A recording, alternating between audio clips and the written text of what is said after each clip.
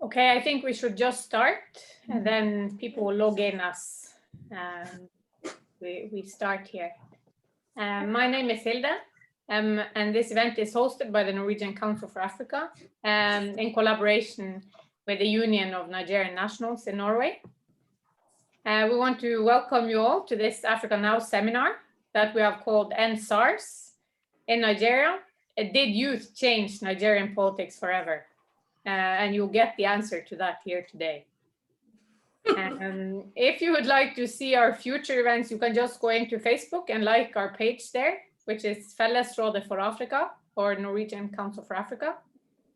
We have a very good panel this afternoon, so really looking forward to hearing the discussions.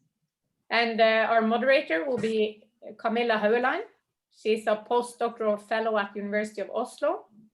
She has done extensive research on oil and trade unions in Nigeria, and I know she follows events in the country with a keen interest. So I'll leave the word to you now, Camilla.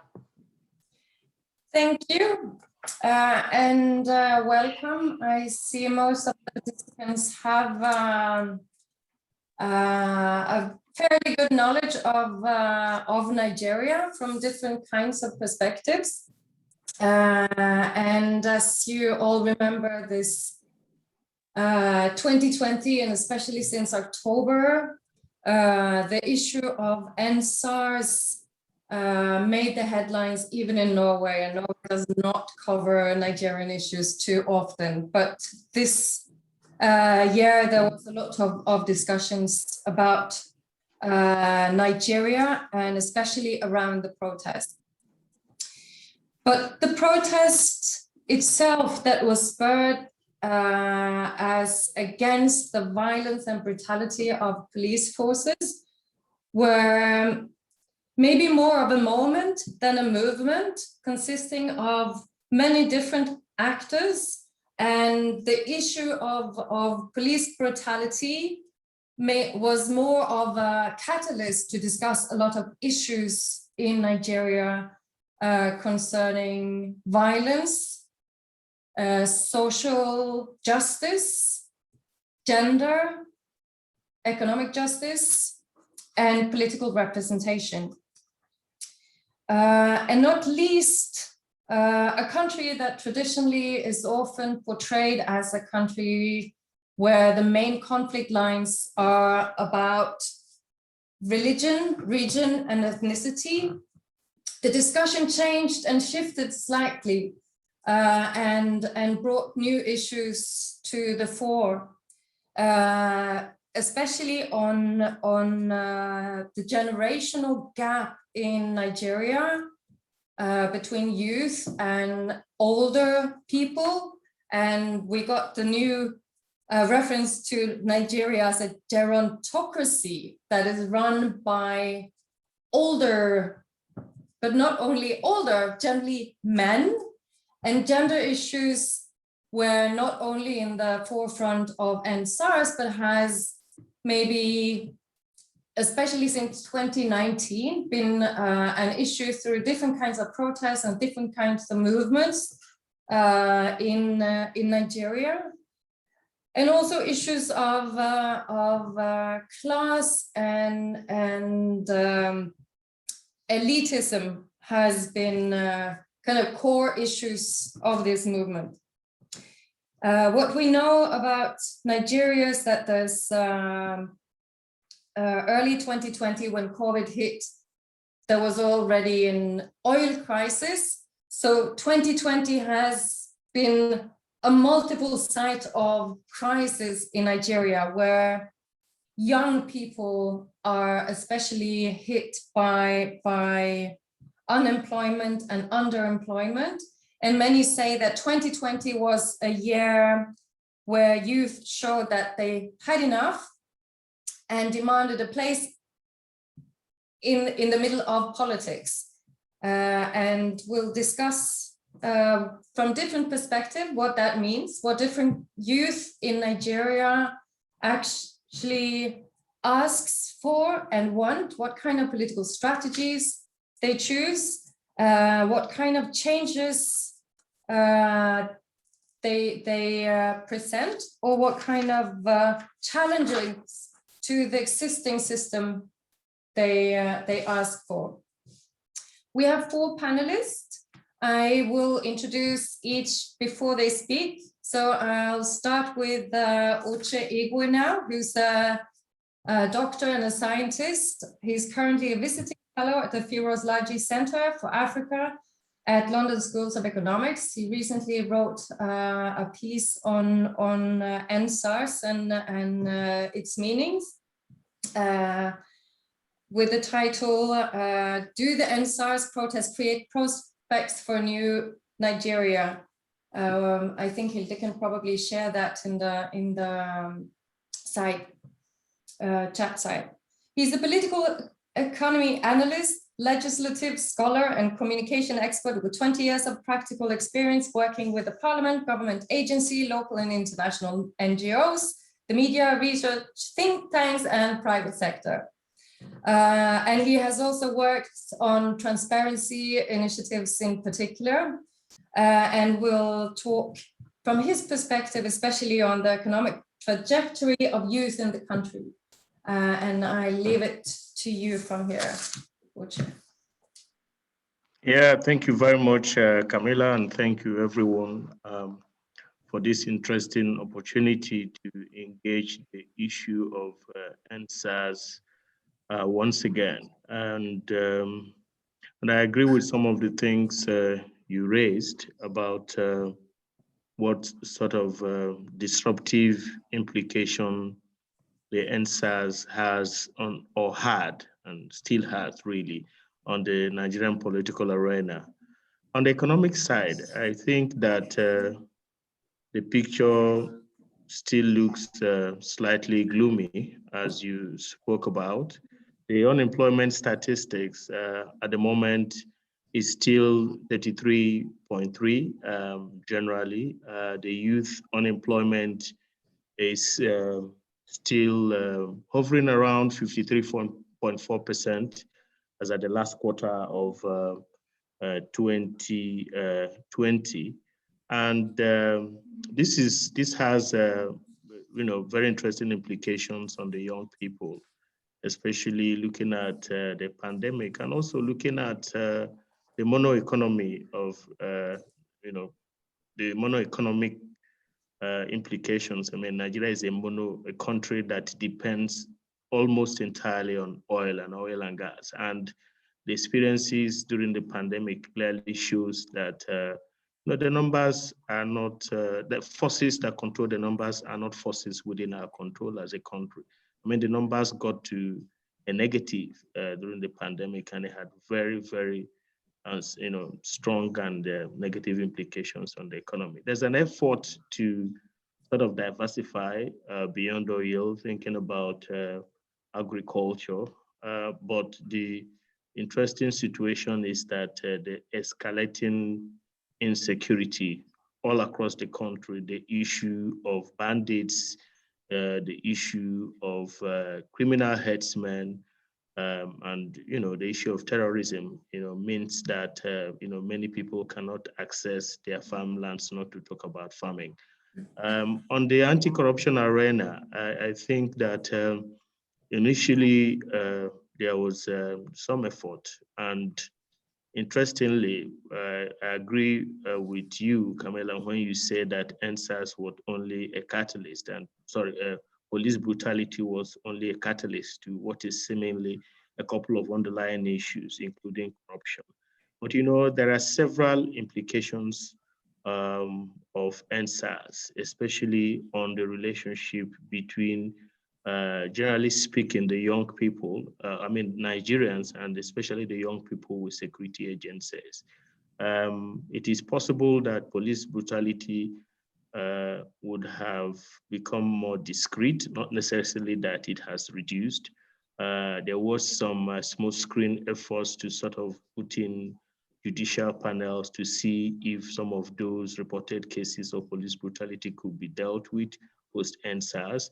But what is clear is that very little really has happened. And what we hear is that police brutality may still be going on, but probably in a much more discreet manner.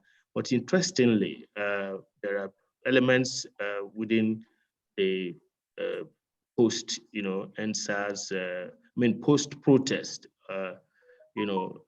there's some elements who sort of, I consider them criminal elements, who sort of took advantage of the hostile relationship, post-NSAS between the young people especially, and Nigerians in general with the police, to begin to sort of become more daring in attacks, or, trying to assault police, trying to, insult them, trying to create sort of a very hostile relationship between the police and the people. This has had its own implications in the sense that the police and the security agencies generally became a little bit withdrawn.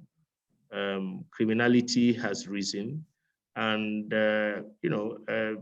up till earlier today, it is police people sort of try to defend themselves rather than try to defend people. So when there are issues of insecurity, you see that a security person, and most importantly the police, because of the kind of way the NSAS impacted on them, they sort of became a bit withdrawn.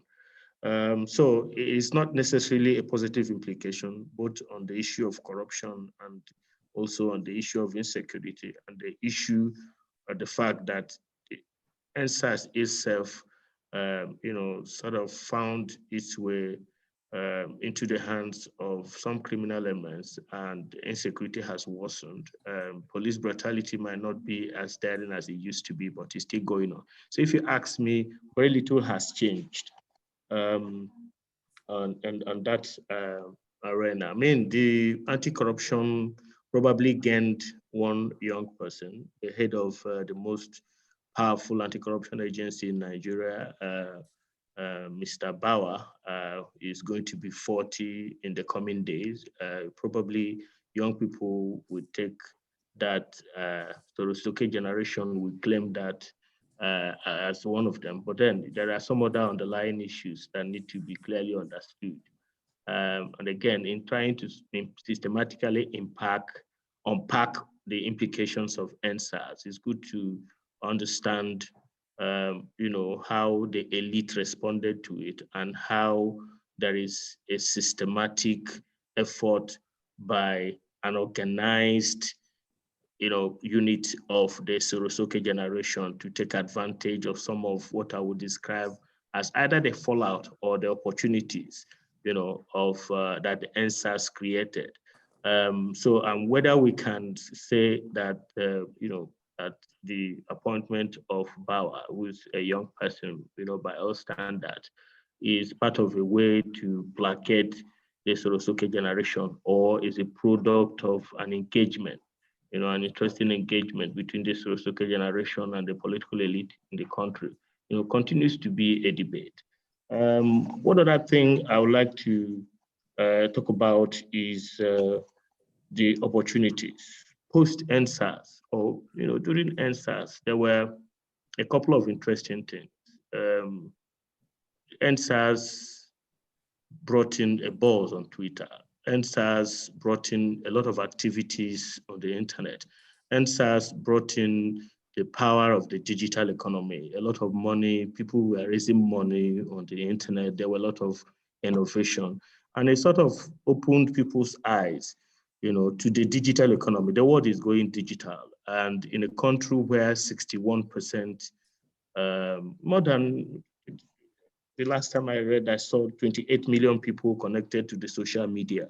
And out of that, I hear that 57.2% on Facebook and 61.4% on Twitter.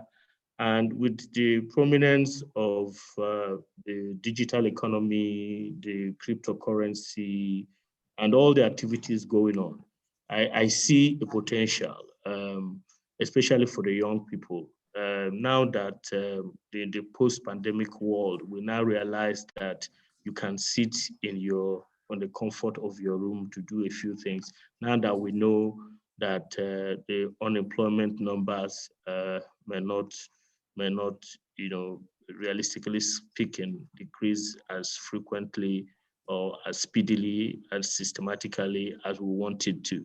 There are some thinking about people getting self-employed, and there are already efforts in that direction. And whether the government, especially the central bank, and the politicians would create the enabling environment for the expected boom in the digital economy in Nigeria, to make the young people and the SARS generation, the Sorosoke generation, to key into this, to be part of this, to become, participants, not onlookers in their economic life, and continue to shape what I consider the fate of a very important nation like Nigeria, which will have an implication on not only Africa and the Black race, is something that remains a subject of debate. I'll stop it for now and then come in later. Thank you, and thank you for your very good timing here.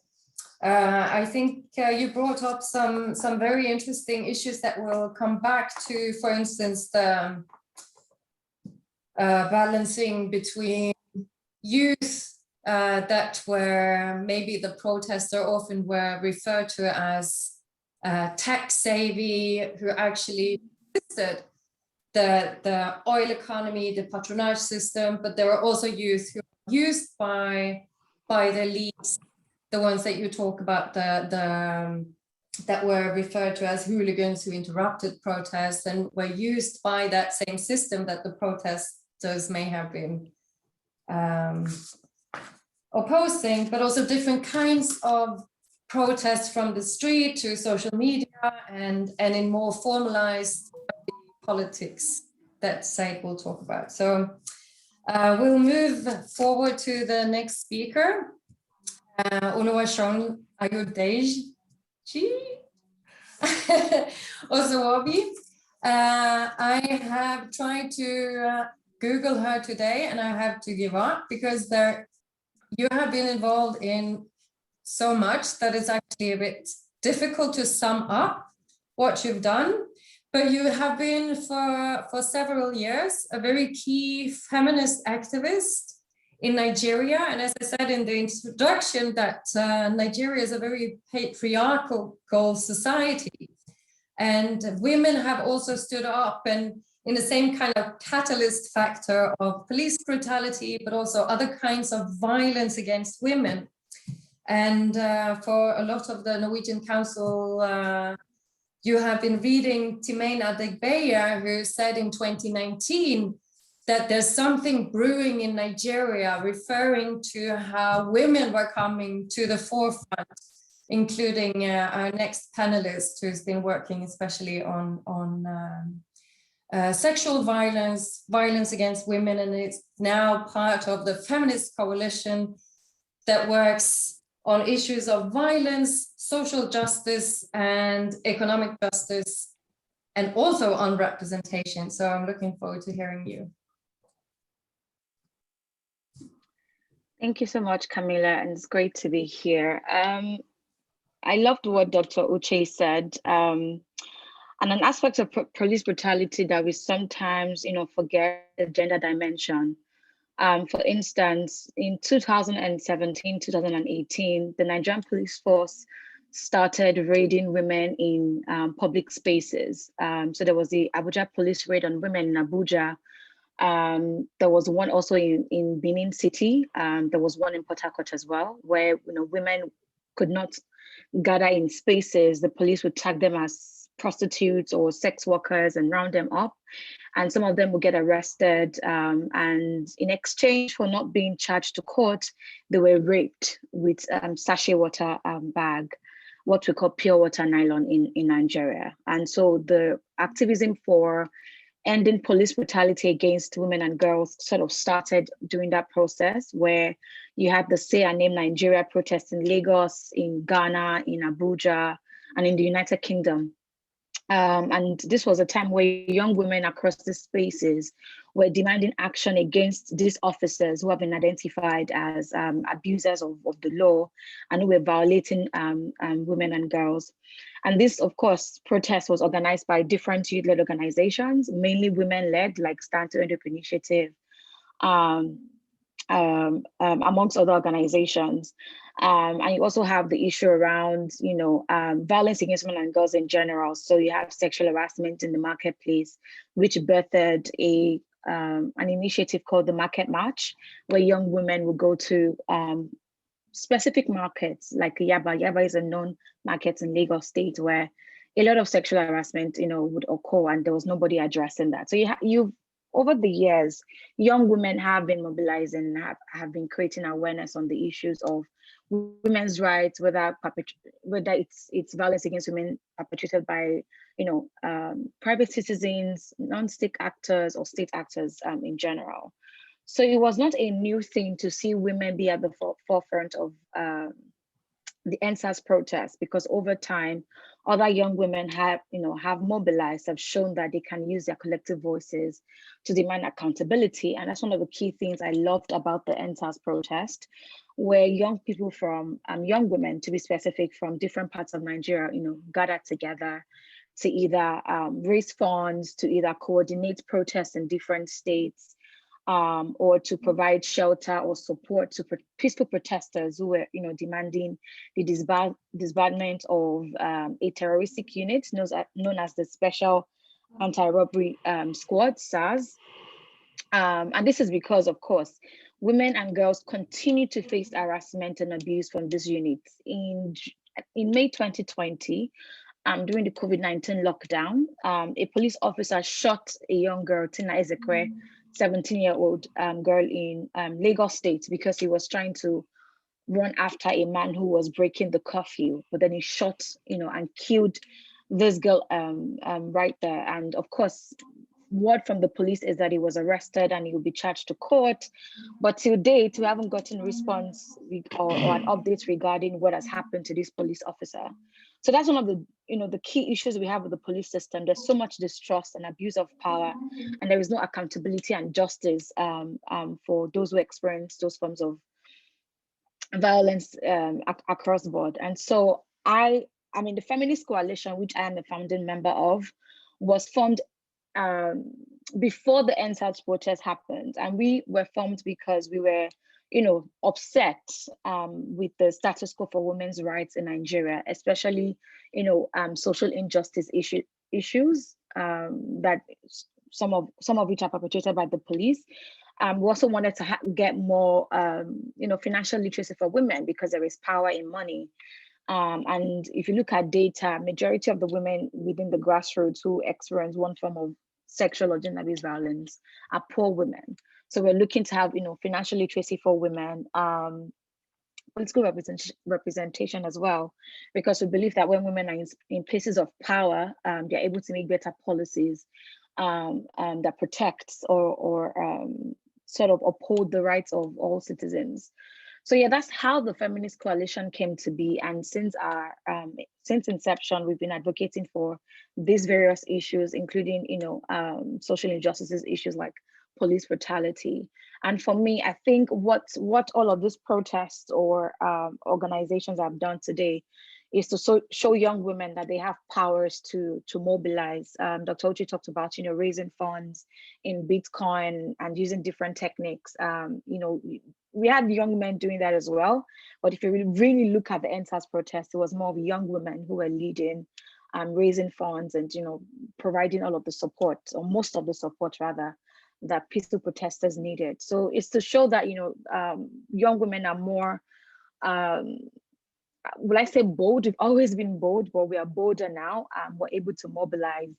And, there are so many other issues that you would find young women lead as time goes by. So I'd like to stop here.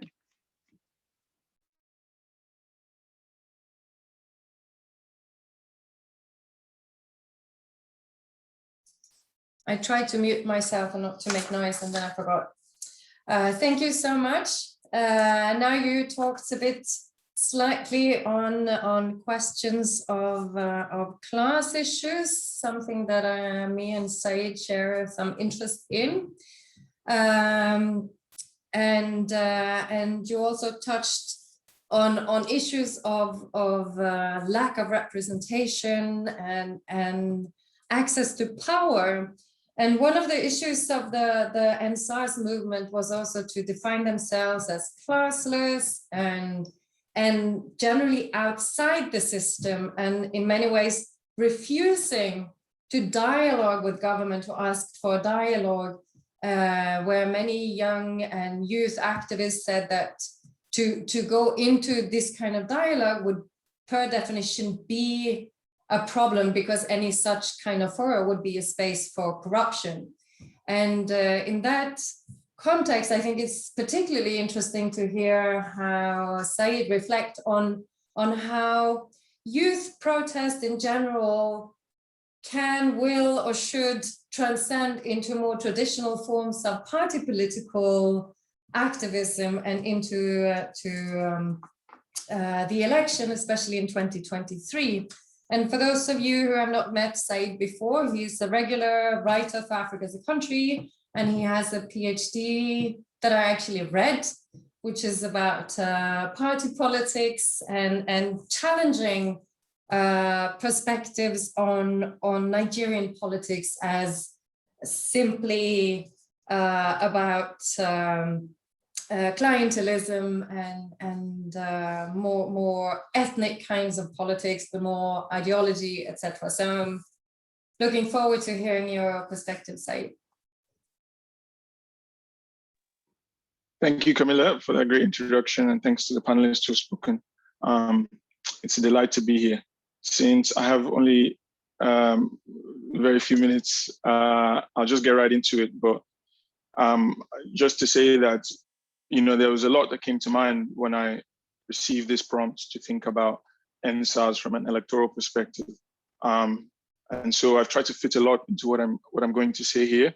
And I hope it comes across as somewhat coherent, but if not, I hope we can tease out aspects of it that are unclear during the Q&A. I'm going to start by reading something that I came across on a blog post, and I won't say when it was written, because that'll give away what I'm trying to illustrate. But here's what the blog post said. It said, "What we are witnessing with the movement is a generational transfer as young social media-enabled activists gradually take over the baton from unionist stalwarts. Nigeria's young population is increasingly letting go of the deferential attitude of their parents' generation. In the South, at least, young Nigerians are beginning to ask questions of the religious and political leadership that has been complicit with the status quo. At long last, there is accountability pressure building up in the system." So, of course, that sounds very familiar to folks who are on the panel and folks who have read about SARS. But what's interesting, and this will probably be obvious to Camilla, who's done a lot of work on this protest, is that this wasn't written about SARS. This was written about the Occupy 2012 protests. So what I want to illustrate there is that in very many ways, we've been here before. A movement that was in many ways sparked through both online and offline activism that unified to lead to an outpouring of Nigerians on the street, that utilized digital tools to get people discussing a particular Nigerian social issue across divides, be they religious or ethnic, and a movement that caught the attention of the world. We've been here before in very many ways, but it seems like in certain respects, we are repeating that history without necessarily learning some of its lessons. So I wanted to reflect a bit on the ways in which the development of Occupy in electoral terms might help us understand the way in which SARS might develop also in electoral terms. So I've got kind of three major points I want to make about that, that help us kind of think through the relationship between what we saw after Occupy and what we might see in the aftermath of SARS. The first is that youth is not an inherently progressive social category. And this is one thing that became very obvious in the context of Occupy as well, because despite the fact that various young people participated in Occupy, we saw right after, the movement ended or was grounded to a halt, and there are various ways of thinking about how how that protest ended. But we saw that these young people were absorbed back into their kind of various enclaves, right? Be they economic, going back into the workplace, or be they political. So, various very sort of front and center young people who had participated in Occupy were absorbed into the existing mainstream parties following that movement, right? What that illustrates is something fairly obvious, which is that just because people share the same generation doesn't necessarily mean they share the same politics.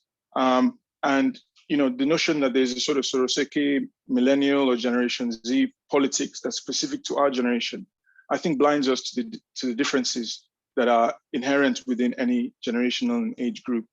So I think that in a sense, we're misleading ourselves if we expect that there will be a coherent generational politics that emerges from this movement that has direct impact on the elections, because, that's not necessarily how politics works. And that's clearly not the case in Nigeria, where, millennials, young people, Soroseke, however you want to frame them, continue to be divided on a number of fronts, right?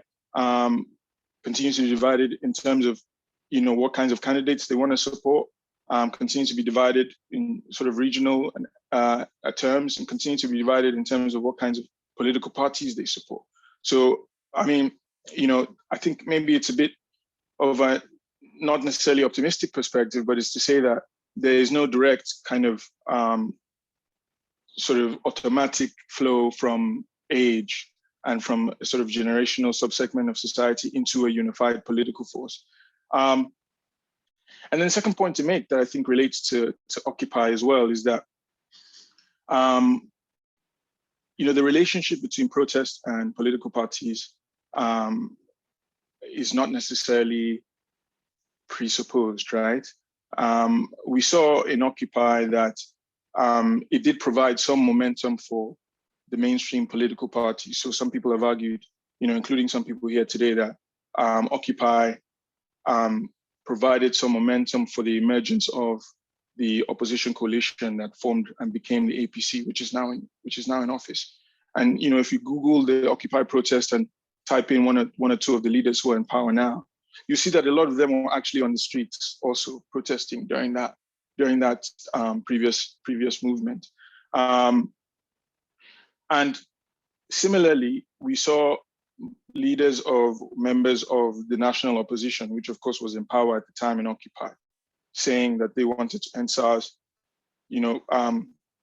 coming out, kind of rejecting the way in which the government was responding to it.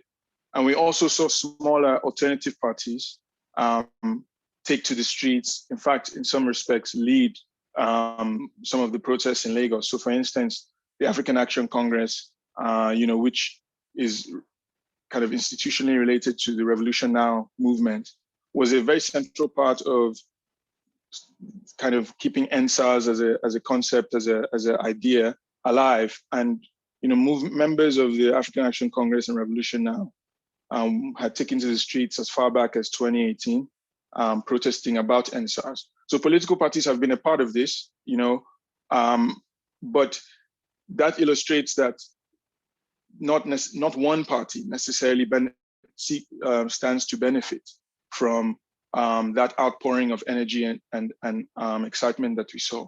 In fact, it's more likely that these parties will split those benefits, right? Because again, the youth are not necessarily united politically, even if they might have been united in an opposition to something like the SARS policing unit. I think another kind of factor that the Occupy movement can help us think through vis-a-vis the electoral prospects of NSARS is the question of how various forms of organizing make it possible to, or difficult to imagine an alternative.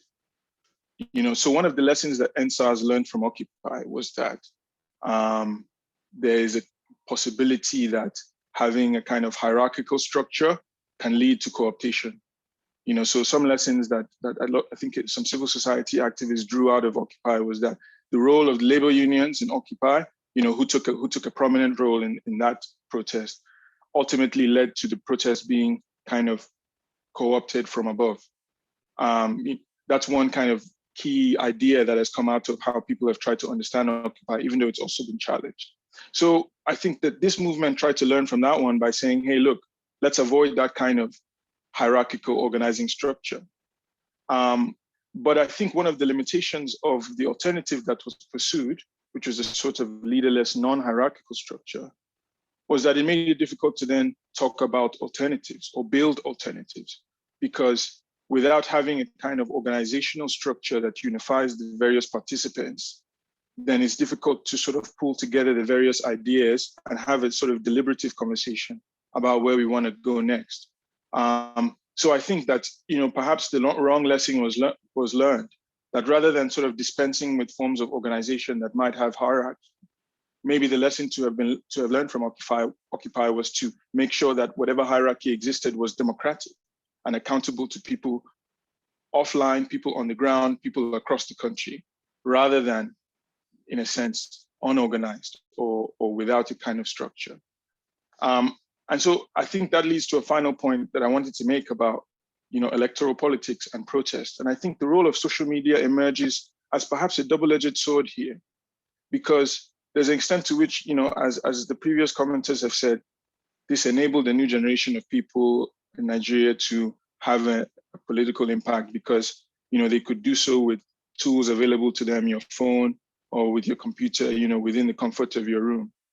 But there's an extent to which actually making a structural impact in this country, in Nigeria, requires leaving your room, requires turning off your phone, and requires actually engaging with the centers of structural power in our economy. So there, we're talking about organized sectors of the society. We're talking about associational groups like the Market Women's Association. Of course, people portray NSARS as and the previous commenter is completely right to point out that women played an incredibly impressive role in leading the movement, particularly young women and young women primarily of a middle class and upper middle class background.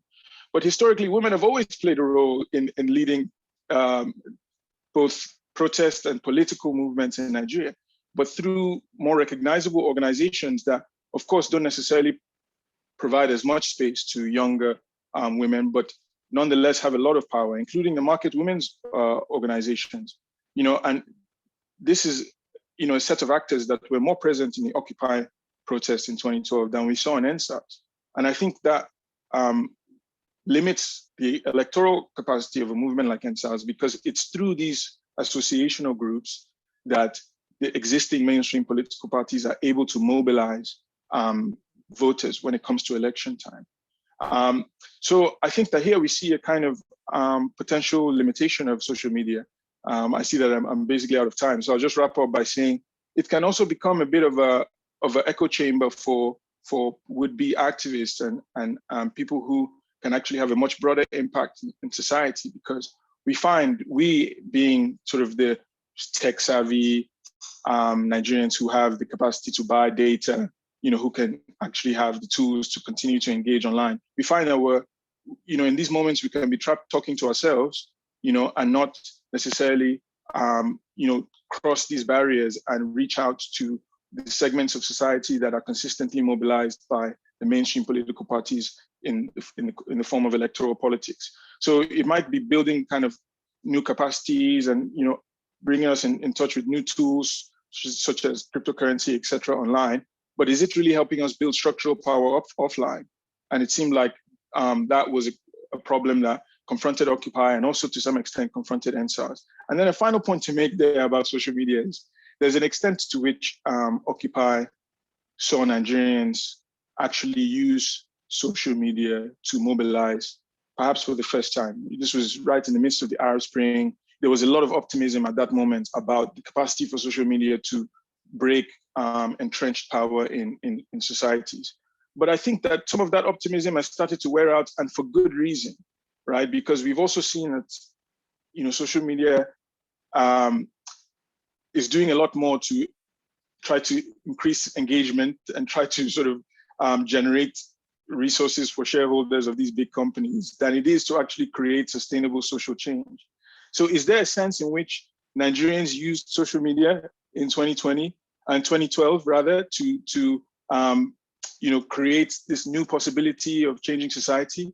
And in 2020, social media used Nigerians to, increase engagement and, expand the sort of the numbers of users on platforms like Twitter, expand the reach of cryptocurrency companies into Africa, but without necessarily producing any structural change for us.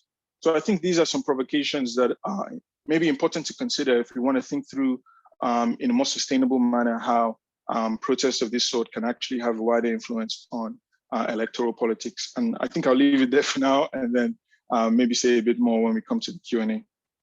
Thank you. Great, thank you.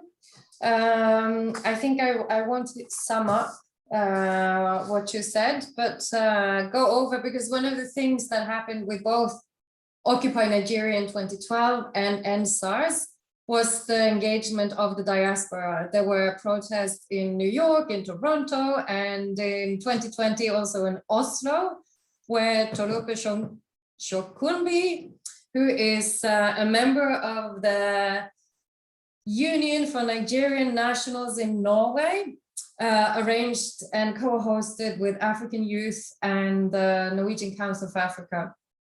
And as you know, Nigeria is the most populous country in Africa, but it also has the biggest diaspora. I just found a number of 400,000 in the US, 200,000 in the UK alone, and also spread around the world. The Norwegian part is not the biggest, but there is registered about 2,000 Nigerians, mainly professionals, and about 1,000 of their kids. And I'm also looking forward to hearing your perspectives on the youth, because I also heard that especially the diaspora Nigerian youth have felt frustrated about the ethnic politics of Nigeria, but also Nigerian in the diaspora. And I wonder if this 2020 and SARS opened up a new kind of thinking and engagement of the diaspora and the youth in the diaspora, and how that relates to the Nigerians as such, and what kind of role you discuss to have up also towards the elections in 2023. Thank you very much, Camilla, for the nice introduction. And I'm really happy to be here. Thank you very much for the invitation. Also, I appreciate what the previous speakers have said so far, especially the last speaker. I mean, I enjoyed the argument about how the NSAS movement or even Occupy Nigeria won't really translate into any strength for the youth, or haven't translated in case of Occupy Nigeria, and won't translate too much in case of NSAS movement. But I think one word we should just remember that NSAS, or one thing we should remember that NSAS has brought to the table is disruption. Disruption in the political structure of protest, where you would want to meet the leader of Nigerian Labour Congress, for example, when there is strike, and negotiate with them, and you don't know what happened, and the local people really don't know what happened. But I don't want to dwell on that too much. I would like to really focus on the role of the diaspora, both in the NSAS movement and in the period leading towards the 2023 elections. It's quite interesting to note that the population of diasporas or Nigerians that are living outside Nigeria is actually a bit in context when you are counting, because it depends on who is counting. So recently, the CBN governor, for example, said that there are about 15 million Nigerians living outside Nigeria. And I found also some organization disproving that or trying to fact check that. And they actually said that they are not up to that. I have been able to find that according to PwC, there are about 1.7 million Nigerians living outside Nigeria as at 2017. But if we look at that figure, it must have increased, but maybe not up to 15 million. What I also see in terms of roles of diasporans is that economic contribution is quite huge. For example, from 2011 to date, Nigerians living outside Nigeria have contributed more than 20 billion US dollars annually to Nigeria. These are remittances that could be traced, you know, for support, family support, healthcare, you know, personal projects, businesses, and all of that. So if you look at what interest, because when you look at the political economy of this NSAS protest, you would see, especially when it comes to diaspora, it's all about the interest. What interest do the diasporans have? Because that is where we'll be able to talk about their role. And their interest is mainly because it's pointed towards how everything that happens in Nigeria directly affects them, you know, directly affect them in their finances, emotionally, mentally, and you know, social-wise. It affects Nigerians in diaspora. So that is essentially why they are interested in what is happening there in that space. And of course, when it comes to the NSAS protest, it was pretty intense because this whole thing started around 2017. You know, it started around 2017, and up until last year, October, when this protest started, it was like it was brewing. And of course, Nigerians in diaspora, they go home often and they see what happens.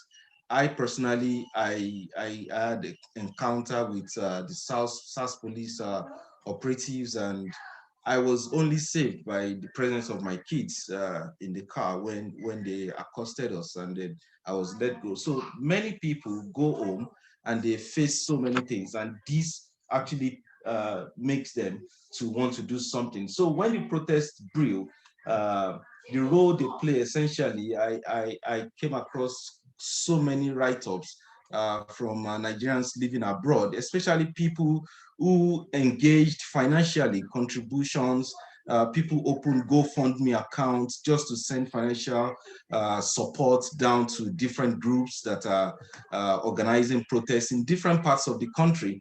There are people who brought up infrastructures, and you know, today technology has improved a lot, and so you could even send support to people even without being with them physically, and even engage with infrastructure without being there physically. So there are people who use technology to support the protest, you know, back from where they are. I found individuals in the US, in the UK, doing all of this. And when it comes to unity, is something that the country struggles with a lot, and currently is still a big issue. But I realized that Nigerians in diaspora were a lot united, just like the young people who were marching on the streets of Lagos, Abuja, Port Harcourt, how they were united and they didn't look at religion or ethnicity. So also are Nigerians who were abroad, whether it was in Italy or Finland or US or UK or even here in Norway. Nobody was looking at where you came from. Everybody supported the protest with all of the time and energy that they've got. And when it comes to leading up to 2023, I see that, like I said initially, the disruption that the NSAS protest brought has actually helped to awaken a lot of Nigerians who are living abroad, has made them to concentrate a little more in the what is happening in the political space. And when it comes to the Union of Nigerians in Norway, it's another beautiful experience in our own group, because even though the union has been in existence for over 50 years, you know, there has been consistency in terms of supporting what is happening back home. People have supported, have organized themselves to support not only their family members, but their communities, you know, and they have gone back home to do things on annual basis that affected their society, their individual society on their own. I would like to also point out the fact that we we organized our own protest. I think it was on 22nd of October when we had our own march. And it was quite interesting because it gave opportunity for people to hear their views, and you met individuals at that place, at the place where we gathered, that you have never met before. They came from everywhere, not only people living in Oslo, people came from everywhere just to give their support, and they brought their kids. People actually talked about how they want to go back home and have some sense of security and peace. And so that's why they have come out to support. And so it's not only about the Nigerians in diaspora supporting, but it is about their interests. They are also supporting their interests because, I mean, you could go to East or West or the South, but there is no place like home, we always say. And so people are still at home, and they want to be there for their people. They want to be there for their families. And remember that the operations of the notorious SARS operatives in the Nigerian police affect the Nigerians in diaspora directly, especially when their families are kidnapped or they are killed or their sisters are raped or anything happen. They get contacted and they get their attention is divided. They are not able to concentrate on work or on their family here, and so they want to contribute something. They want to support emotionally and financially. So there are so many ways that the activities of this SARS activities of this SARS operative has affected Nigerians in diaspora, and the SARS protest gave a huge opportunity for Nigerians living outside Nigeria to show their support. I'd like to stop here for now and then contribute more as the discussion continues. Thank you very much. Thank you so much. I think there are a lot of issues to take further. For those of you who are not panelists, I have been told by Hilde that we'll first have a round of discussion among the panelists, and then we'll open for question and answers. And you can write up your questions or comments in the chat field, and I will take them into the panel. And I hope that's okay. There's not so many, so we may also want to open up for interventions. But I think one of the first issues is a little bit what Saeed talked about on questions of agency and ideology somehow. What Saeed said, that we should not expect all youth to have the same kind of interest, the same kind of agenda, or the same kind of ideology. And the other question is, would we want them to have that? Isn't politics also about meeting and discussing different kinds of interests and ideologies? So the question is not necessarily to expect all the youth to agree on anything, but if there is a tendency to discuss politics as issues and not just personalities on whether one supports that candidate or that candidate, but if you're interested in that kind of politics against that kind of politics. So I want you to all of you to reflect on that, if you may. And the other question is also something that all of you somehow have touched upon on especially in the end SARS, it was very clear this kind of resistance and distrust in the traditional institutions. In the 2012, the resentment against trade unions was very clear on how these hierarchical structures that ended up at the negotiation table were seen as much as part of the system as someone resisting. But the question is, how do we, youth, or whatever kind of ideology and what you want for Nigeria, how do you engage in such institutions? Or if you can, how can you avoid being part of a corrupt regime? Is it possible to engage in party politics, in elections, through participation like the gender coalition, the feminist coalition works for? How to engage a system that is so thoroughly corrupted? Is it possible, or do we have to allow for dirty hands to get at least a little better? I read an interview with Fayode Kayemi when he ran for election in 2007, and he was asked, so how can you, as a democracy activist, engage in party politics without getting blood on your hands? And he said, I cannot. What I can do is to try my best. But so we don't have to discuss whether he did his best, but we have a dilemma here. So if you could reflect on those two things. Maybe we should start from the start with Uche.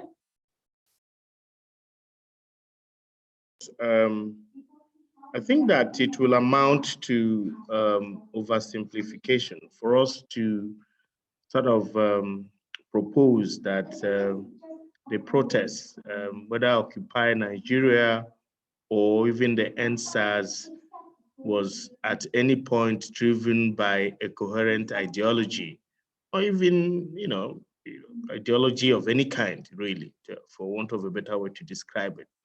I think that we need to be cautious in that direction.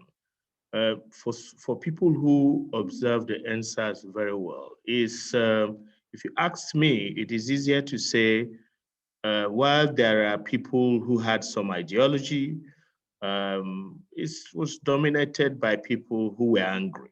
And I think that we need to sort of isolate, that number of people who were angry, who were frustrated, the pandemic, the disruptions, who are unemployed, and all of that, from people who had or who were in the pursuit of an ideology. And we must also, in thinking about that, understand that, for instance, there were criminals. There were people who were criminals who sort of took advantage of the SARS and the disruptions and looted. Looted shops, and there were a spike in the number of cyber attack cases, and all of that. And if you also follow up the SARS protests in some cities, and I don't want to be particular here, in some cities in the country, most of the dominant number of people who participated, were people who, were into cybercrime, the so-called Yahoo generation. So I think that there was a deliberate dilution factor, which we must not ignore. Yes, there were people who were driven by the ideology to sort of reform the police, but they were in no way a coherent lot.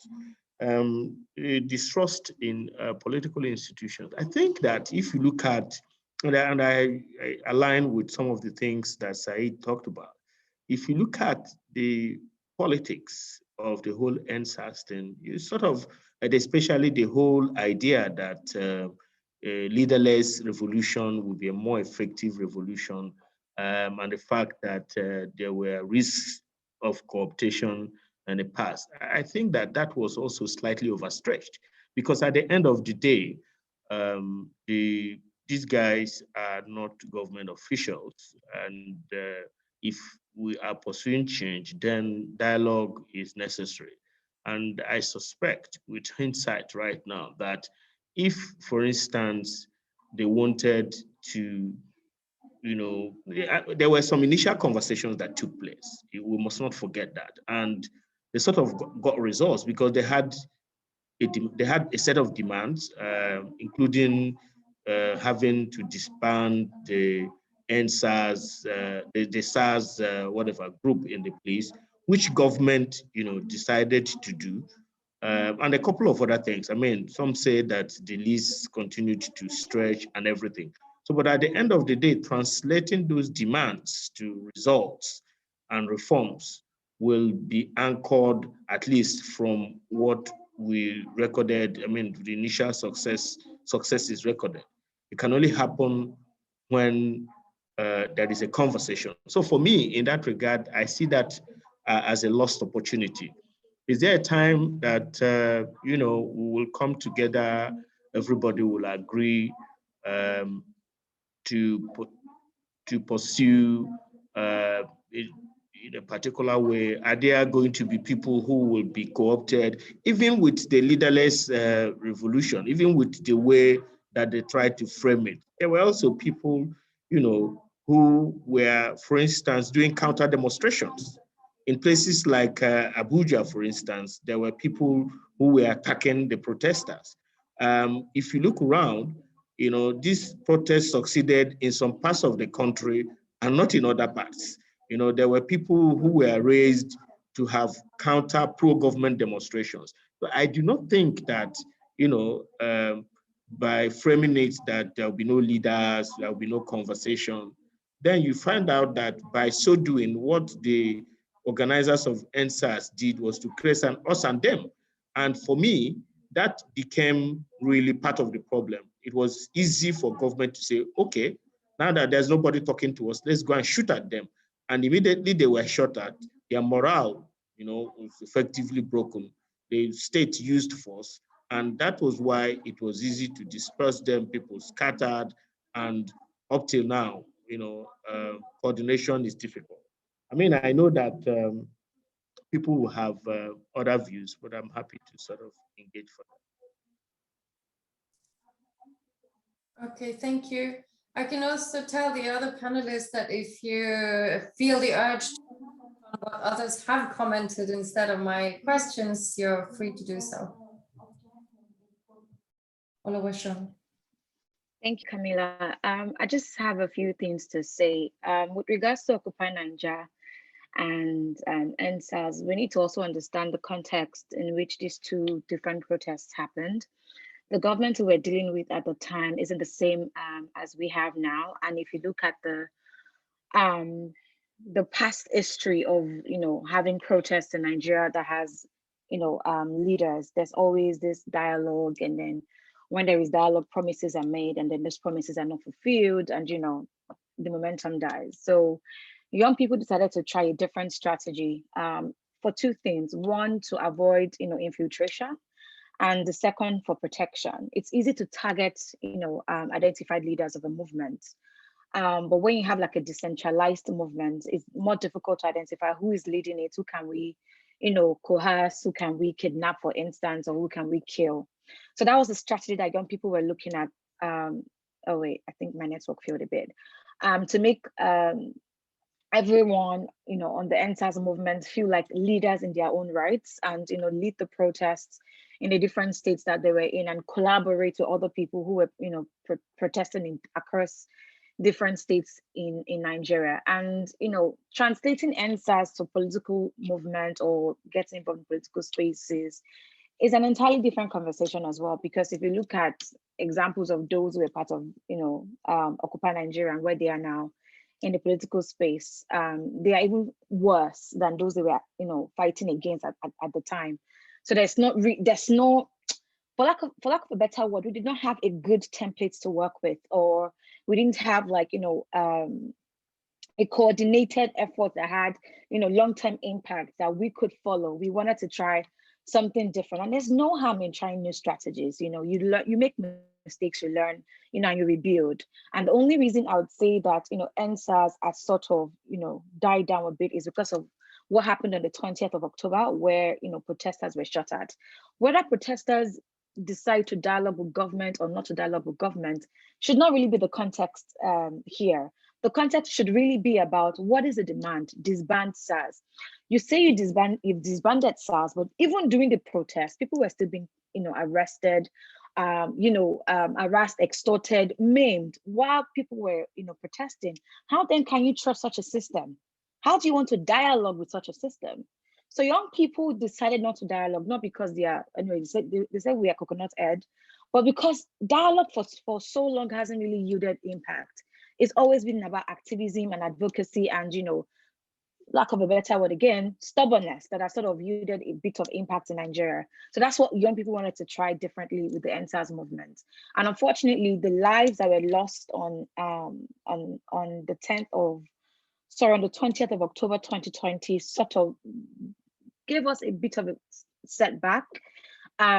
Because while we are fighting for our rights, we do know that there'll be casualties, but we did not expect that amount of casualties, and the government really not taking any action or holding itself accountable. I mean, look at the states, the judicial panels have been set up. If anyone has followed it, you can see that those people, except I think in Oyo State and maybe Ogun State, I think Ogun State and Oyo State are two states that have shown seriousness. You have the army or the Nigerian police force, for instance, not showing up for their conversations or the sittings for the judicial panel.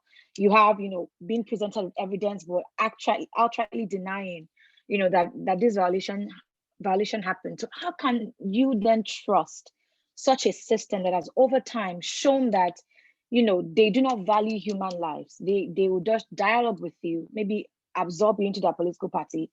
Case in point, the young people we have in politics today in the APC government. I mean, only a few people we can say are, single-handedly doing, good work and showing that young people can get into political spaces and create change. They've sort of been lost within the system. So it's not really as though young people are not interested in translating the SARS movement into political participation. Is more of what has happened over the years, how much result has that brought us, and is that the strategy we want to continue to employ? Thank you. Thank you. Just on a comment on that, because what I wanted to get to is that while perfectly understanding the difficulties in trusting the system, if you want political participation, you need to deal with the system. So how do you engage with that? And I think this is one of the core challenges in a country like Nigeria, where I completely sympathize with the distrust in the system, but I'm also curious on how to change the system if you don't engage in it. And I think this is an extremely difficult dilemma. And as a labor scholar who has followed the Nigerian Labour Congress historically over time, looking specifically in the 2012 and how they engaged and all the criticism against them and how they also lost trust in their own membership and in their larger constituency. What I'm trying to understand is what comes in place of a union. A union has organization. They organize all over the country. They have concrete structures. They have the ability to mobilize. They have resources, and they have the threat to disrupt through a strike. And they have the potential, if they work ideally, and I'm not saying that the NLC necessarily does, but in principle, they can change politics through negotiation. So what I'm trying to understand is how do we get from resistance and stubbornness and activism on the street to changing the system? Because at some point, the system, if the aim is to change the system, how do you do it from the outside? So that's, yeah. I don't know if you want to say a few extra words or if we go to Said. I think Said can speak and then I can come back to talk about it. Yeah. Okay. Yeah, sure, I'll go ahead. I guess maybe there's an important distinction to be drawn when we talk about the system. And that distinction for me would be between the mainstream political parties, including the one in power now and the main opposition, which was in power before, and either alternative political parties that are trying to challenge the hegemonic ones, or civil society groups, including labor, including associational groups. All right, I don't think we should put all of them in the same basket because they're pursuing fundamentally different interests in some cases. So I think that there are some of the oppositionalism that we saw in SARS is very, very much warranted. Like, I think, Oluwaseun is completely right in saying that, like, we have learned that a certain kind of negotiation only reinforces the status quo. It doesn't change anything. And to some extent, even Occupy showed us that, because ultimately the sort of breadth of the extensive agenda that was on the table was reduced to just a partial reduction of the subsidy, rather than all the possible things that were conceived in the heat of protest. But I think that the lesson to take out of that isn't that, popular movements should disengage with organized politics in general. I think we have to draw that distinction I was talking about in the first, when I first started speaking, between sort of organized political parties, organized politics that's in power and that's kind of maintaining the status quo, and organized power that has the capacity to challenge the status quo. So to put it more concretely, I think that there was a missed opportunity to actually bridge the divide that was created in Occupy between civil society and organization and associational groups like labor, right? And so we saw that the labor movement, for instance, even though there were specific unions that issued statements in support, the labor movement overall was not necessarily brought into NSAS. Neither were, much more localized, widespread kind of organizational groups or associational groups, and I've continued to cite an example such as the Market Women's Association, but you can also think of the Cadre Riders Associations and local levels, informal workers associations, some of which were, involved through their leadership, but not on a mass scale. So what I'm saying there is that I think that there's an opportunity in the future as we think about how to build popular power that can actually challenge successfully the existing status quo, right? There's an opportunity for strengthening those links across civil society. So it's not necessarily, when I'm talking about dialogue here, I'm not necessarily talking about dialogue between protesters and the state, but even dialogue amongst ourselves, like those outside of those status quo maintaining groups. I think that we didn't see that capacity emerge and strengthen and reinforced as much as we could have. And part of the reason for that is I think partially tied to some of the limitations of the tools that we are using. And of course, because of the pandemic, there's a lot of difficulty in being outside together in person. I mean, it was a dangerous thing to do, to kind of step out on the streets to those extents, given the health situation. But I feel like to some extent, the tools that we have available to us, as an alternative, like social media, don't necessarily allow for the kinds of disagreements and dialogue that it would take to build an alternative base of power, and that it would take to unify across this diversity of groups that all at least share in their opposition to the status quo. I think, this is the limitation of platforms, say like Twitter, which was one of the kind of key tools used in the protest, that, if you're only saying these many words, and if the point is to kind of continue to push along a specific hashtag, then it more so creates this kind of atmosphere of false agreement, rather than one where we can actually air out different perspectives on what the future might look like. And so I feel like, again, it's important to emphasize that these tools are in some respects a double-edged sword. And to Camilla's second,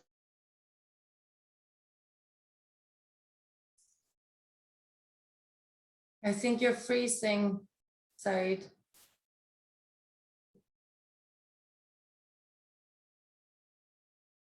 Can we jump to Tola and see when Said comes back? Okay, that's good. Yeah, I'd like to say that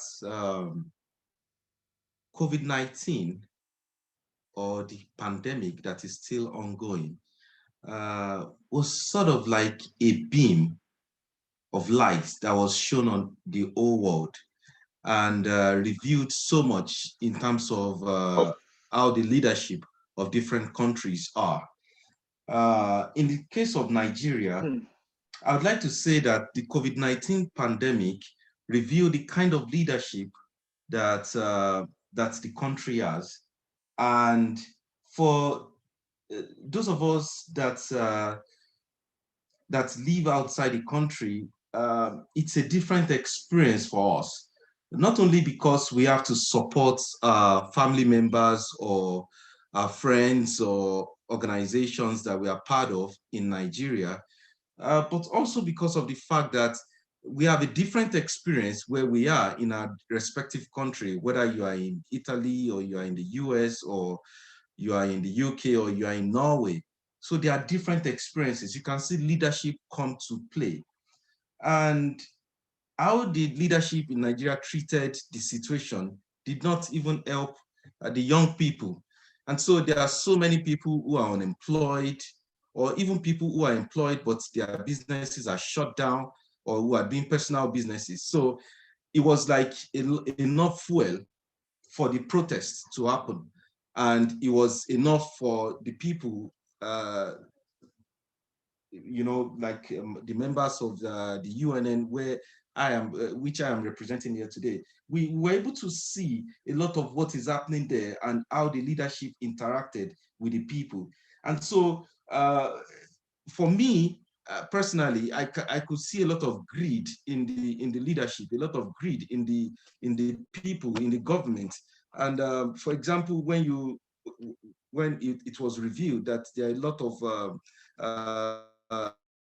support aids that are in warehouses, and people didn't have access to them until it revealed how much things are in place. I don't know what plans the government had, but for those of us who are here, it sort of shows how inhuman, you know, man's inhumanity to man was revealed by the leadership in the country.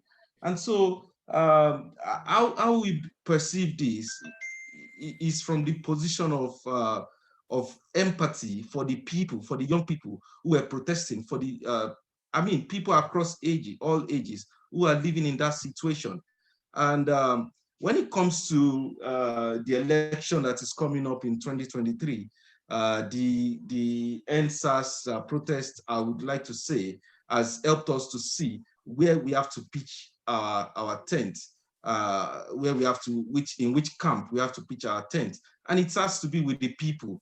So basically, as a union, for us, we support democracy. We support the fact that there should be peace and justice in Nigeria. We believe definitely in the project Nigeria, and we want to do everything possible to ensure that the country to get the most talked about proceeds of democracy, dividends of democracy in the end. I'd like to just say this as a remark. Thank you. Thank you. I think you're breaking up a little bit, and I think there's not a lot of questions coming in. So if anyone has more questions, I've been told to read them out loud. There are a couple coming in. The first one is from an email, so I don't know who it's from, but it says Nigeria is the only country in the world that allows people without the conscience of the nation to remain in power. Have there been any arrests or action connected with the brutal behavior of from the police? So I don't know who will answer that. And the second goes directly to Said. It's from Chima Onoegbo, who's the president of the Union of National Nigerians in Norway, saying, concerning the lack of organization of the SARS movement, has Mr. Hussaini considered the feeling among many that this present administration intimidates the people compared to the previous administration that allowed for more freedom among Nigerians? That could be the reason why those who organized the SARS event were hiding. And then there's a long one coming in. Okay. I think are you able to take notes? There's another one that is, the SARS brought some awareness among Nigerians. How some youth that got opportune to be elected into offices abandoned a vow to run after money in the exchange of their stand. How do we handle these problems? Then there's a long one from Kuralawan, do you think your assertion on cyclical corrupt political system through your historical analysis of the ethnic politics in Nigeria adequately skeptical? Culture and ethnicity has always been an influence in the political institutions. Are you particularly saying that the cultural structure of the nation is the reason for its corrupt political cycle? I'm not sure who you address this to, so maybe you should add that, Shukura. The second question is, if we are to analyze the lack of hierarchical relationship and leadership in the protest, isn't it the problem hovering around the problem of trust and accountability that exists within the system, which made many agencies act as an auxiliary support rather than a leadership role? These are quite heavy questions. And third, it seems like the momentum on the protest have been diluted. I lost, sorry. We see the judicial panel taking statements and examining evidence. However, agencies and certain influencers who were involved in the evolution of the protest are not actively involved in this process. Does this not speak to the idea that the movement might just have been a trend rather than a movement? Cool. The first question to Saeed. Okay, I can go. And sorry, I guess I was cut out. Yes, you were. So, yeah, so we okay. just. Okay, I'll just start from these questions because in a sense they kind of tie into where I was trying to go. And the first one talked about repression under the current regime and whether or not that is part of the reason for the lack of organization. And I think it certainly played a role. I mean, I'm not exactly sure that this, I won't get into comparing the two regimes. I think there's a lot of repression in both cases. And I think that even in this second case, there were people who were kind of active, had large followings online, for instance, and suffered repression as a result. So I wouldn't say that there were kind of leaders, if you want to call it that, were hiding. I mean, they were very visible online, and that's why they were so easy to find and repress. What the difference was that the leaders didn't take the lead, as it were. They didn't necessarily come out identifying themselves as leaders and providing an organizational structure. And I'm not exactly sure that it's repression that that resulted in that choice. I think maybe it's, kind of like has been said here, I think it's partially a lesson learned from previous moments, such as Occupy, where leaders were co-opted, and the fear perhaps being that, an understandable fear, that that they didn't want to be similarly co-opted. So that ties in with the final question, where they were talking about, the author there was talking about the lack of trust.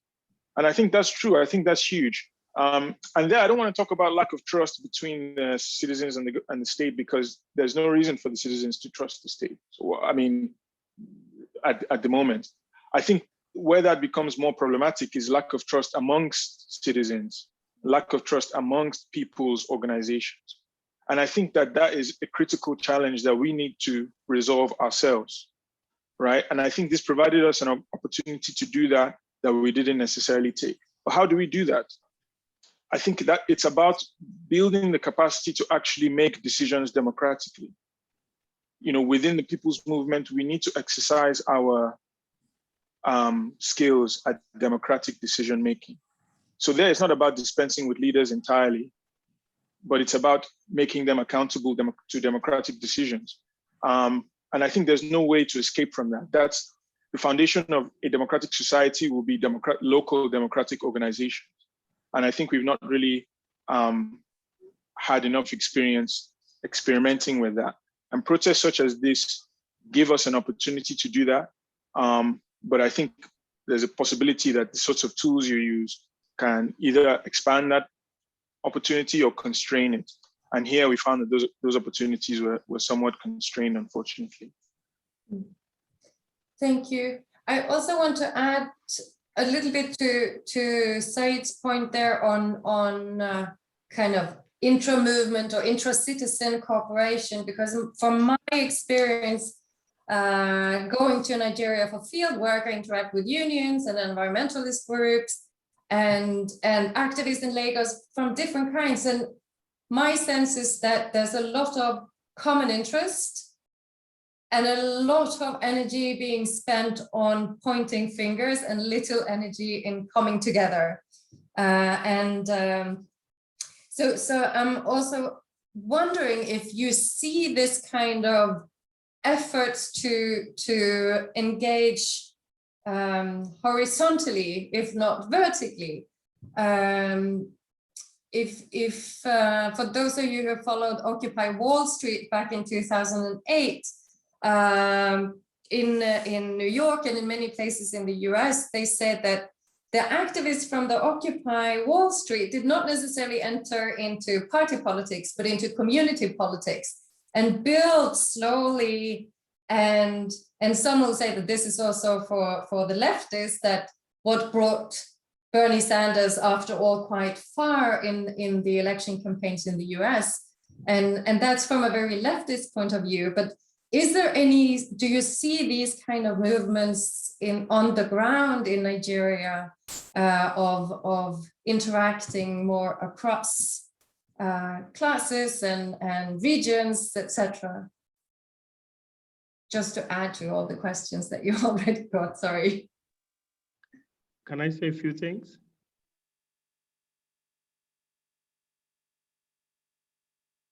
Hello? Yes. Okay, I just wanted to sort of, say a few things about some of the questions raised. First is about getting from resistance to change. I don't know, from our side. I think that it is really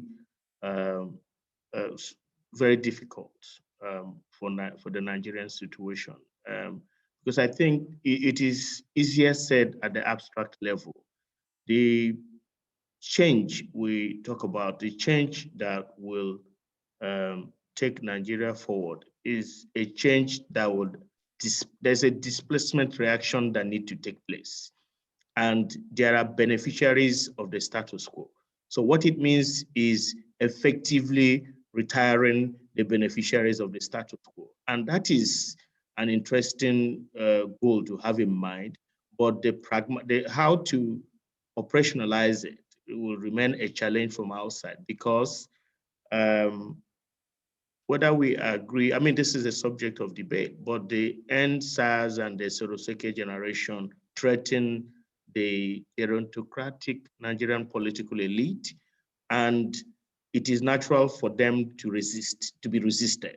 So the ruling class, the political elite, be them from wherever they come from, will actively resist the Soroseke generation, because for the Soroseke generation to cause the kind of reforms that is envisaged, there needs to be a displacement reaction.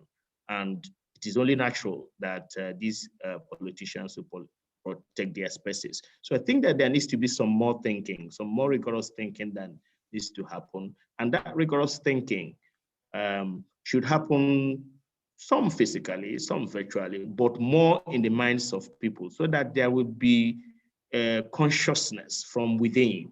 And systematically, we need to, and I want to, take liberty to incorporate myself in the generation, to say that we need to participate. Participation is central to the kind of sustainable reforms as envisaged.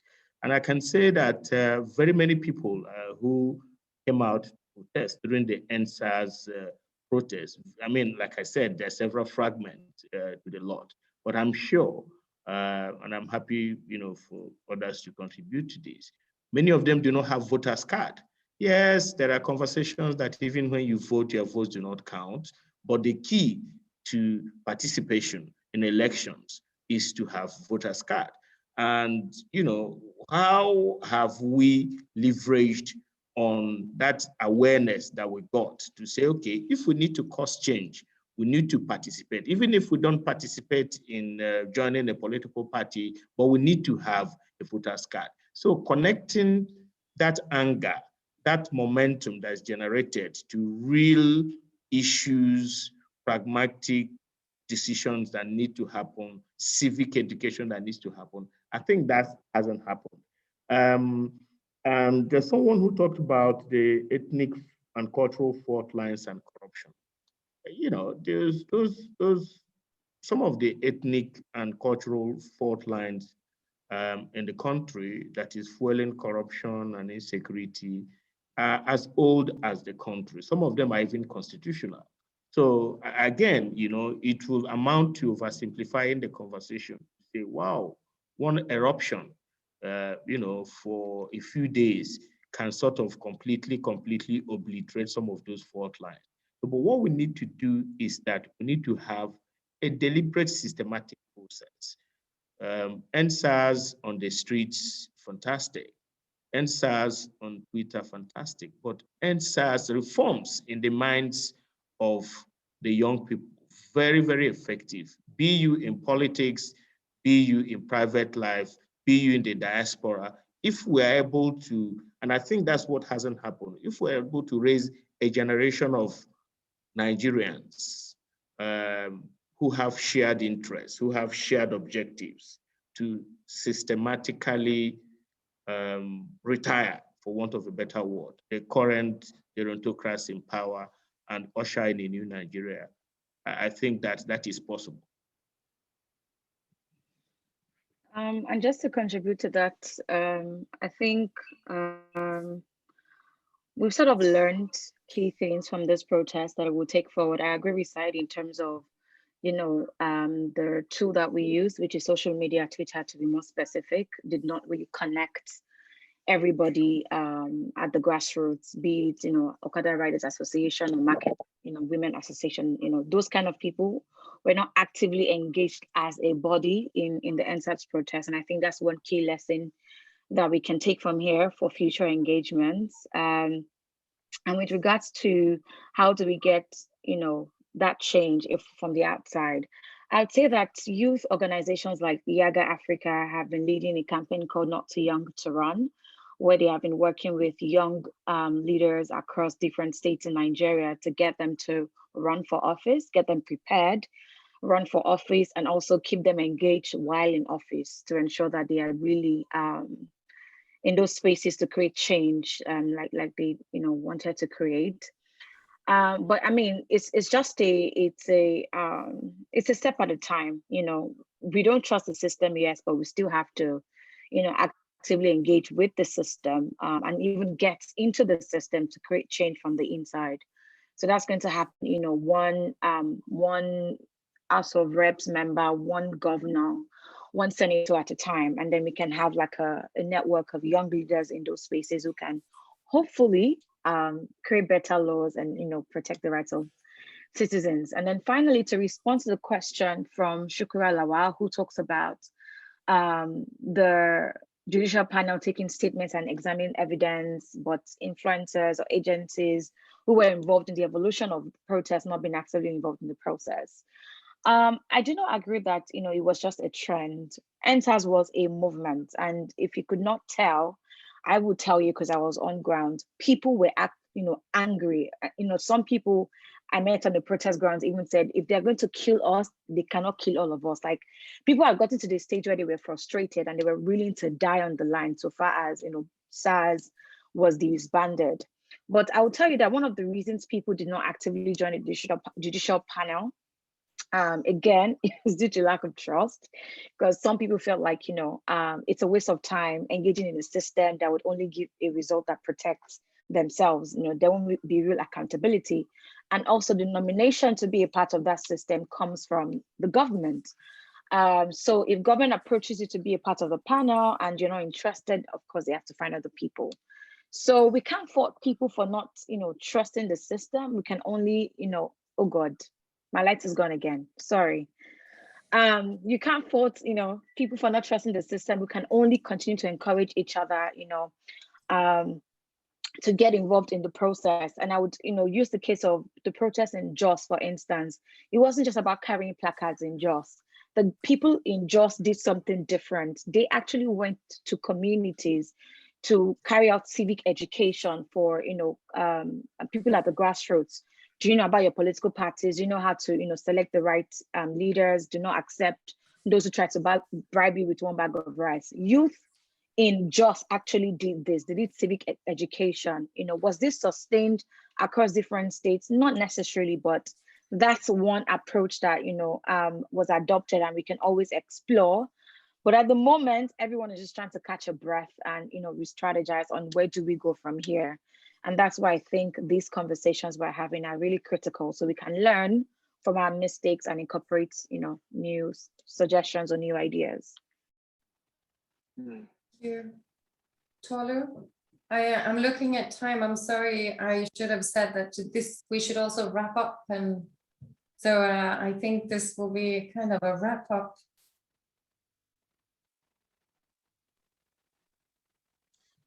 Okay. Tolu? Do you want to be? Yeah. Okay. So Yes. I'd just like to, well, if you say wrap up, I would like to wrap up then with some thoughts that as a union, we completely understand what's happening, or as Nigerians living outside Nigeria, we completely understand what's happening in the country, and we are with the people. It affects us directly, like I've emphasized over and over again, and we also want to ensure that the democracy in the country is entrenched. We always have the privilege of meeting leaders in the government from time to time. For example, in 2019, the Vice President visited, and we had a session with him. Also, we have people coming from the representative of the High Commission, people from the embassy in Stockholm. They come and we engage with them.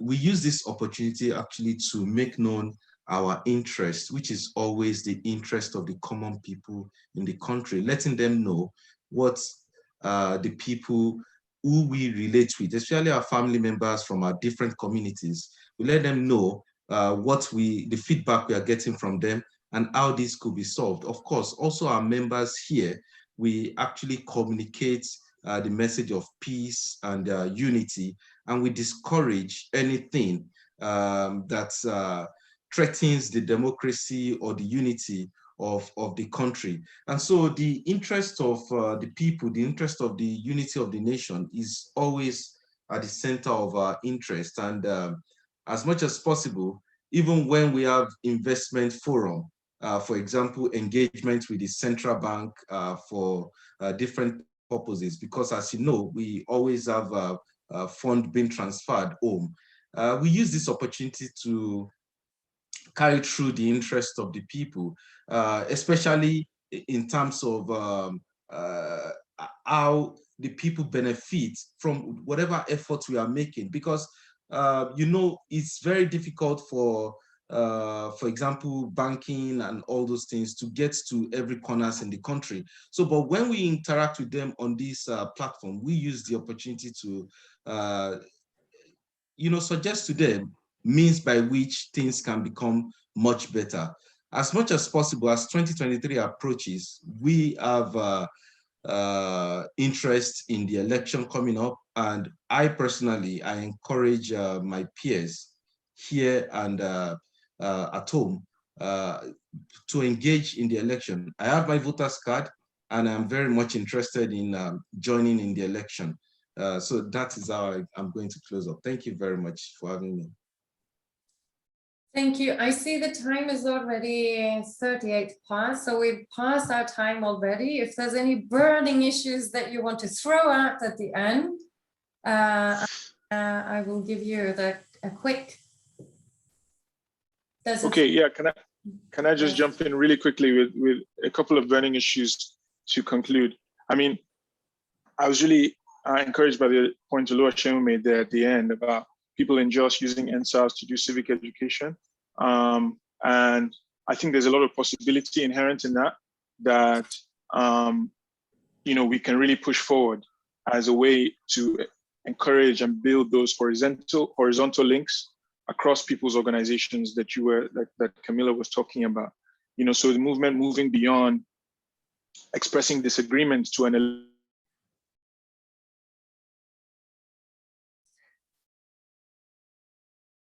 You're freezing again. Can the rest of you hear Said? No, I think he's frozen. Sorry. Frozen, sadly. I'll just assume that Said has something really important to say that we missed out on just now. And Oluwaseun, do you have a burning issue at the end, or? Not necessarily. I just wanted to say thank you for the opportunity to, engage, to speak, and to learn from the wealth of experience of the other speakers. Some salient points I will take back to the team, and we can definitely work on it. And, I hope that Nigerians, both home and abroad, will, get their voters card, like Dr. Igwe said, get their voters card and, vote in the coming election. It doesn't matter if you think your vote will count or not. That's where the problem actually starts, when we don't even vote at all. So let's make our votes, let's get our votes in there, and, we can always push for it to count. But yeah, we can work together to create a better Nigeria. Thank you. Thank you. Do you want to finish there, Said? I actually was just going to say at the end, when they're counting the votes, go stand there, because the people who are part of the existing parties, after they vote, they stick around in the polling units and they wait till the votes are counted in their polling unit. So it's not just about getting the voter's card, it's not just about casting the vote, it's about sticking around and making sure it counts. And I think to do that, we need the kinds of organizations we've been discussing so far. So thank you very much for the platform, and it's been great engaging with the rest of the speakers. I hope we get another opportunity to do it again. Thank you, Said. Doctor? Uche? Okay, thanks everyone. I think it's a great opportunity. My last will be that the whole NSAS thing is a wonderful, wonderful thing for the country. And we might have missed some opportunities. It was an imperfect exercise, but it was useful. But we need to think about it a little further. The young people are both victims as well as perpetrators, especially post-NSAS insecurity. So we need to think about it more creatively in trying to sort of sieve it a bit, get the right part of it, escalate and catalyze, while we inhibit as much as possible the criminal elements, so that we can all have shared perspectives, shared interests to take our country forward. So thanks everyone. I have also learned a lot from the interaction. And I'll just wrap up and thank the panelists. It's been really great listening to you. And I think the takeaway points is that there are obviously things happening in Nigeria, especially among the youth. There are lessons to learn both from the NSARS and also from previous protests and political processes, not least from 2012. When I read about the 2012, there has been very clear impacts on the 2015 elections. Some of them very good, not necessarily with the system change that was expected. And that is probably one of the lessons to take. And I think NSAS, like it was described, chose a different kind of strategies. And now it's also a question of what kind of strategies are being used up until 2023. There's only 2 years, and Rome was not built on a day, and changing Nigeria is a project that needs patience and stamina and lots of work. But I think it's very encouraging to hear all of you, and I think just to say that the one of the headlines about Oluwaseun is how she is one of those who has made feminism a word that is not an insult in Nigeria. Is a big achievement. And I think that's also one of the key lessons learned and bring forward to it's actually possible. So thank you all, and thank you to the Norwegian Council for Africa and to the Union of Nigerian Nationals in Norway. And I wish you all a great evening.